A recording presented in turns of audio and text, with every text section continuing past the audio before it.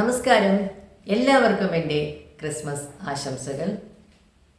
ഇന്ന് ഞാൻ നിങ്ങളോട് പറയാൻ ഉദ്ദേശിക്കുന്നത് എൻ്റെ ജീവിതത്തിൽ എന്നെ ഏറ്റവും കൂടുതൽ സ്വാധീനിച്ചിട്ടുള്ള യേശുദേവൻ്റെ 2 വചനങ്ങളെക്കുറിച്ചാണ്.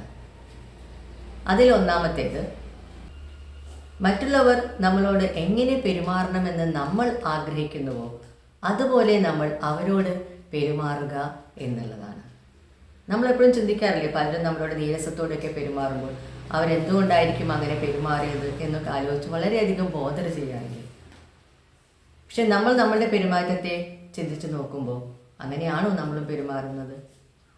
എപ്പോഴും നമുക്ക് ഒരു ആളോട് അയാളുടെ ഏതവസ്ഥയിലും ഒരു പുഞ്ചിരിയോടുകൂടി പെരുമാറാൻ സാധിച്ചാൽ ഒട്ടും ചെലവില്ലാതെ ഒരു മനുഷ്യനെ സഹായിക്കുന്നതിന് തുല്യമായിരിക്കുമത്.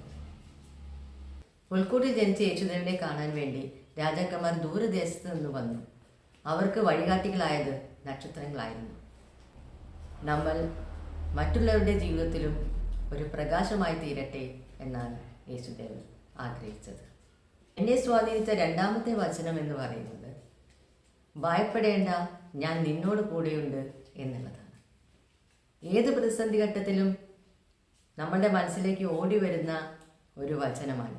ആ പ്രതിസന്ധിയെ മറികടന്ന് നമുക്ക് ജയിക്കാനാവും, നമുക്ക് പിന്നീട് നിലനിൽക്കാനാവും എന്ന് ദൈവം നമ്മളെ എപ്പോഴും ഓർമ്മിപ്പിച്ചുകൊണ്ടിരിക്കുന്ന ഒരു വചനമാണിത്. ഭയപ്പെടേണ്ട, ഞാൻ നിന്നോട് കൂടിയുണ്ട് എന്നുള്ളത്.